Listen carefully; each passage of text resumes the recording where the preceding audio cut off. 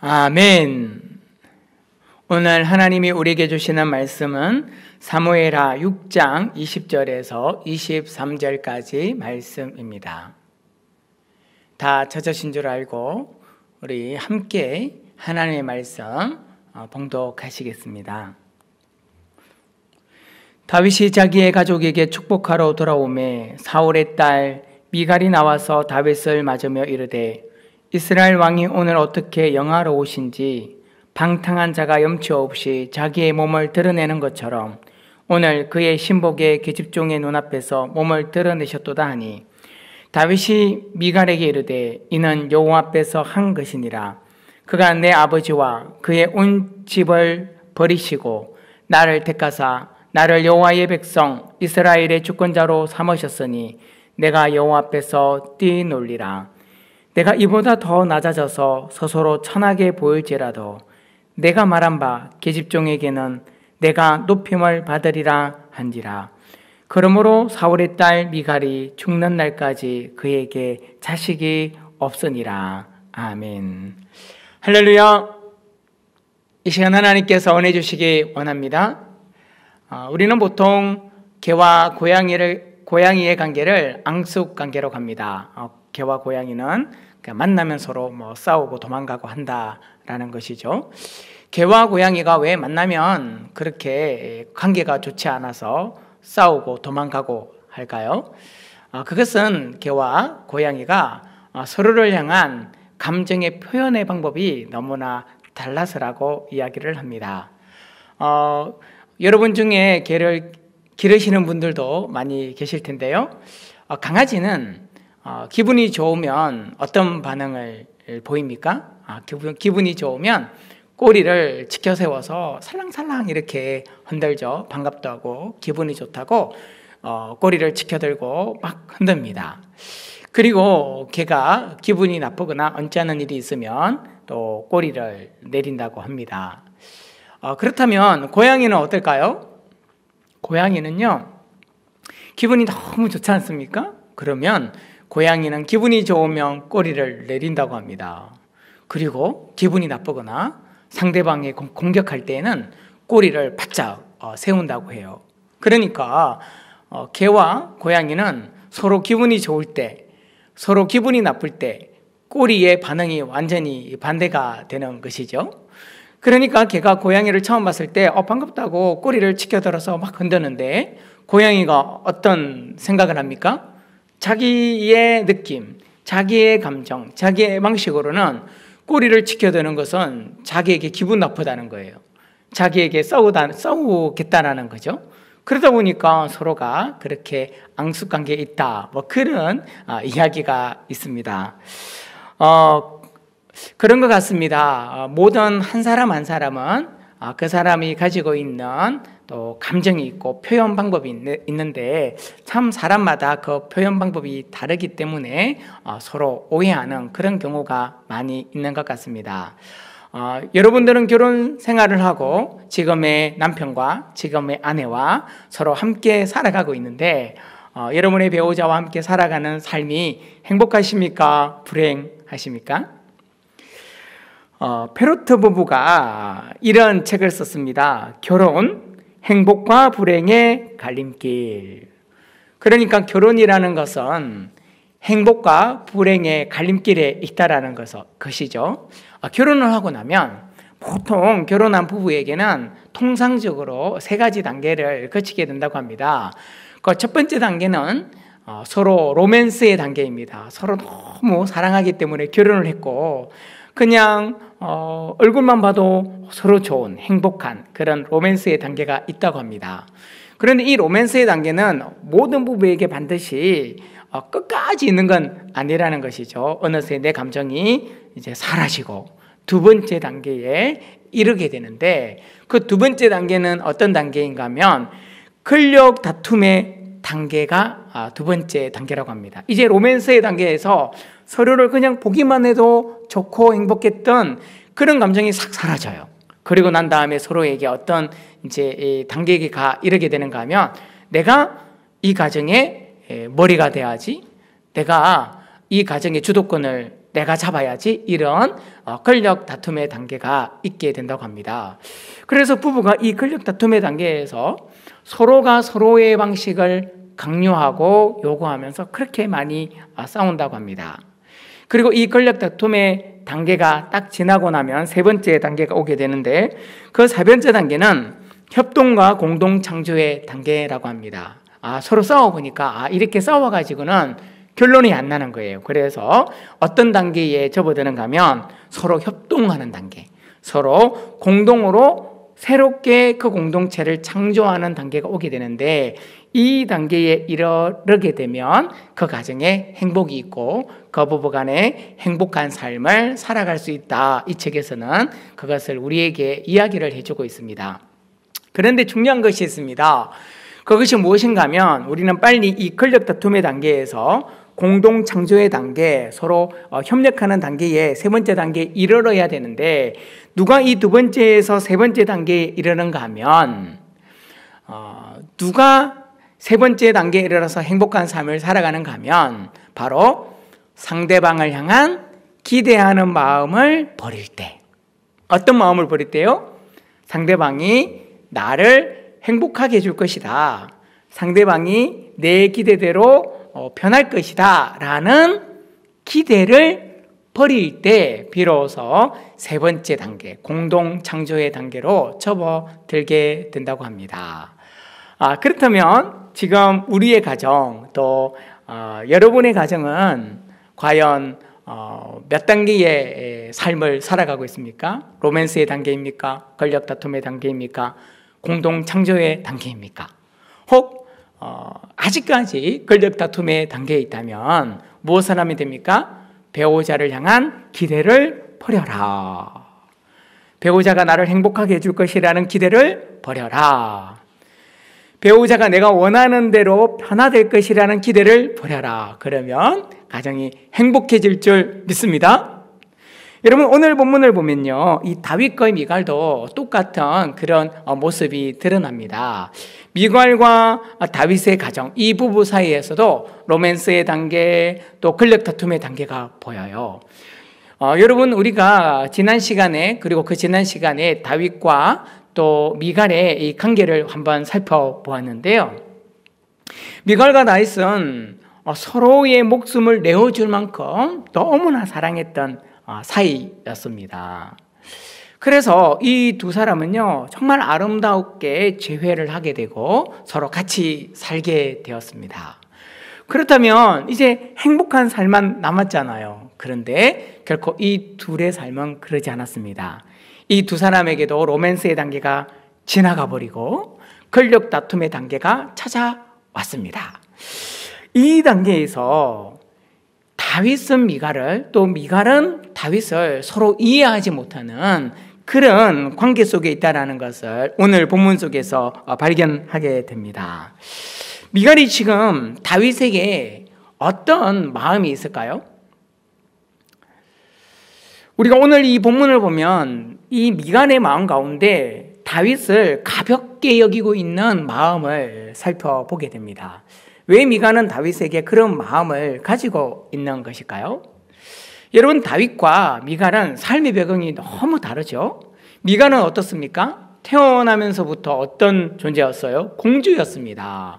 구중궁궐에서 살았고 매일 밤마다 비단 침대에서 잠을 잤습니다. 가장 권력의 중심에 있었고 많은 사람들이 이 공주를 우러러 보았지요. 미갈은 왕궁에서 살았기 때문에 왕궁의 법도를 어릴 때부터 배우면서 살아왔던 사람입니다. 반면에 다윗은 어떤 사람이었습니까? 다윗은 부모가 버린 사람이었습니다. 다윗은 광야에서요, 양을 치며 살았습니다. 험악한 세월을 살았죠.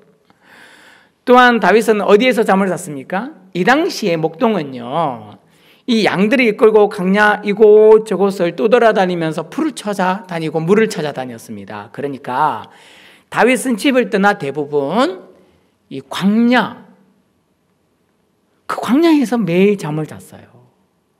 그 모래바닥에서, 땅바닥에서, 흙바닥에서, 바위 밑에서.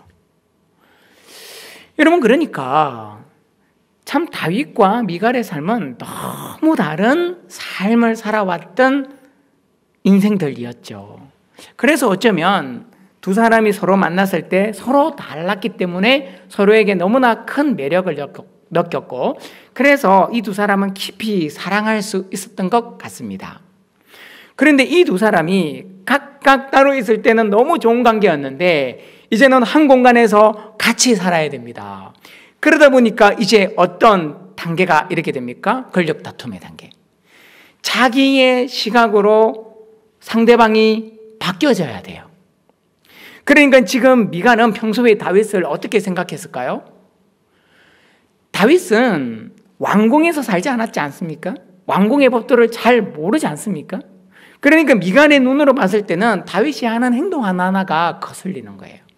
왕이 저러면 안 되는데 어떻게 왕이 저래? 이런 마음들이 평소에 있었던 것 같습니다. 그것이 결정적으로 그의 마음에 있었던 생각이 그의 입술로 드러났던 장면이 오늘 본문의 장면입니다. 다윗은 법궤가 예루살렘 성으로 들어올 때 막 기뻐 춤을 췄죠. 그러니까 옷이 홀라당 벗겨졌습니다. 이 모습을 보고 미갈이 어떻게 생각합니까? 왕이 어떻게 비천한 사람처럼, 건달처럼 저렇게 행동하고 저렇게 정신을 못 차려? 이런 마음이 들어왔고, 다윗을 보자마자 그 마음속에 있던 다윗을 가볍게 여기는 마음, 하찮게 여기는 마음, 왕이 어떻게 왕의 법도를 지키지 않고 그럴 수 있습니까? 라는 부평불만하는 마음을 다윗에게 입술로 쏟아내었던 것입니다. 여러분, 우리가 그러지 않습니까? 대부분의 부부는 너무 사랑해서 결혼합니다. 너무 사랑해서 결혼했으면 결혼이 행복해야 되지 않습니까? 그러나 결혼하고 나서 어떤 일이 일어납니까? 여러분, 통계로 보면 결혼한 사람의 40%는 결혼하고 나서 내가 너무 불행하다 그렇게 이야기를 한다고 합니다. 그러니까 결혼은요, 행복의 완성이 아닙니다. 결혼은 행복의 시작인 거죠. 그러니까 결혼이라는 것은 끊임없이 내가 그 행복을 이루기 위해서 시작하는 거예요. 결혼한다는 것은 끊임없이 노력해야만 이 결혼 생활을 행복하게 할 수 있다는 것입니다. 지금 다윗과 미갈이 이렇게 이 법궤가 들어오는 과정 가운데서 싸움을 하고 다시는 얼굴을 보지 못하는 이런 안타까운 장면이 오늘 본문 속에서 나오는 이유가 무엇입니까? 그것은 이 두 사람이 서로가 서로를 향한 기대하는 마음을 버리지 않았기 때문입니다. 미갈에는 어떤 마음이 있었습니까? 다윗이 제발 왕의 채통을 지켰으면 좋겠다는 기대감이 있었습니다. 다윗이 제발 건달처럼 행동하지 않았으면 좋겠다라는 기대감이 있었습니다. 그래서 그것을 다윗에게 요구한 거예요. 자기의 기대를 요구한 것이죠. 그러나 그것이 다윗의 마음에 깊은 상처를 안겨 주었습니다. 여러분, 제가 기대라는 말을 했는데요. 여러분, 제가 여기에서 말하고 있는 이 기대라는 것은 내 마음의 욕심으로부터 시작된 기대를 의미합니다. 어떤 욕심입니까? 상대방이 내 마음에 있는 욕심대로 변화되기를 원하는 마음. 그 마음을 버릴 때 가정에 행복이 찾아온다는 거예요. 모든 사람에게는 자기 기준이 있습니다.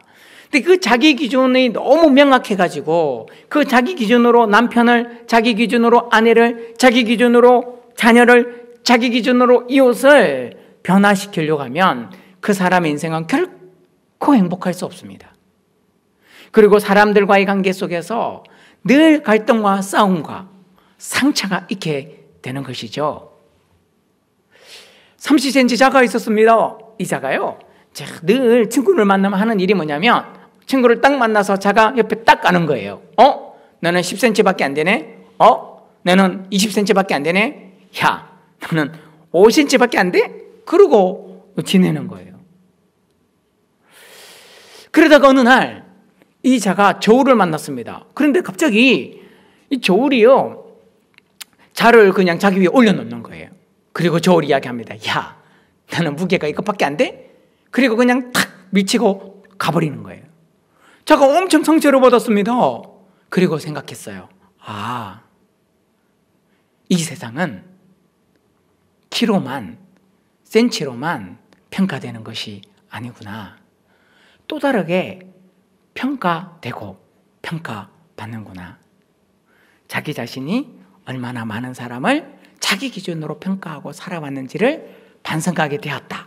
그런 믿거나 말거나의 이야기가 있습니다. 그렇습니다. 내 기준으로는 그것이 옳을 수 있지만 다른 사람은 또 다른, 전혀 다른 기준으로 나를 바라보고 있고 세상을 바라보고 있다는 거예요. 그러니까 무엇이든지 나의 기준으로 자꾸 남을 바꾸려고 하면 그 과정에는 상처밖에 없습니다. 아픔밖에 없습니다. 불행하게 됩니다. 그래서 오늘 본문 말씀을 통해서 하나님은 우리에게 무엇을 이야기해 주고 있습니까? 너의 욕심으로 다른 사람, 너의 가족, 너의 남편이 바뀌기를 기대하지 마라. 그러면 어떻게 해야 될까요? 자, 한번 따라해 보겠습니다. 희망하라. 다 이야기하셨죠? 희망하는 겁니다. 제가 이렇게 여러분들에게 설명드리고 싶은 희망과 기대의 차이가 있습니다. 그것은 무엇인가 하면 기대라는 단어가 그렇다는 것이 아니고요. 오늘 제가 이 설교를 통해서 표현을 그렇게 한 겁니다. 제가 기대하지 말라는 것은 여러분 마음 가운데 상대방이 여러분의 마음의 욕심대로 바뀌기를 원하는 마음, 그것을 제가 기대라고 표현했는데 그 마음을 버리라는 거예요. 그러면 희망하는 것은 무엇일까요? 희망하는 것은 상대방이 잘 되도록 희망하라. 상대방이 행복하도록 희망하라. 예를 들어서 이런 것입니다. 아이를 키우는 부모가 있습니다.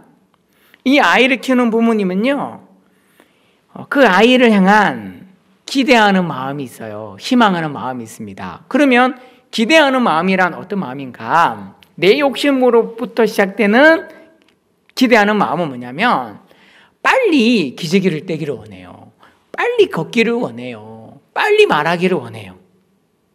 그런데 이 아이가요, 빨리 말을 안 하고 빨리 기저귀를 안 떼고 빨리 걷지 않으면, 빨리 말하지 않으면 스트레스를 받습니다. 다른 또래 애들은 다 말하고 기어다니고 기저귀도 떼는데 우리 아이는 왜 그렇지? 그러면 스트레스를 받고 힘들어요. 그런데 가만히 우리의 마음 안을 들어보면 그것은 어떤 마음입니까? 아이가 빨리 다른 사람과 같이 서고 말하고 기저귀를 차서 우리 아이가 잘 크네, 내가 잘 키웠네, 칭찬받고자 하는 내 마음의 욕심으로부터 시작되는 마음 때문에 기대하는 것입니다. 그 마음을 버리라는 거예요. 그럴 때 무엇이 찾아오는가? 비록 말을 늦게 해도, 기저귀를 늦게 차도, 늦게 걸어도 그 아이가 그 존재만으로 주는 기쁨들이 분명하게 있습니다. 그것 때문에 행복한 거예요. 그러면 희망하는 것은 무엇인가요? 그저 그 아이가 기저귀를 차도 행복하고 건강하게 자라가기를 원하고, 말을 늦게 해도 행복하고 건강하게 그냥 잘 자라가기를 원하고, 좀 늦게 걸어도 늦게 걷는 것일 뿐 1, 2년만 더 있어 보세요. 안 걷는 아이가 없습니다. 그렇게 그저 그 아이가 행복하기를 희망하는 것. 그 마음이 있을 때 행복할 수 있다는 것입니다.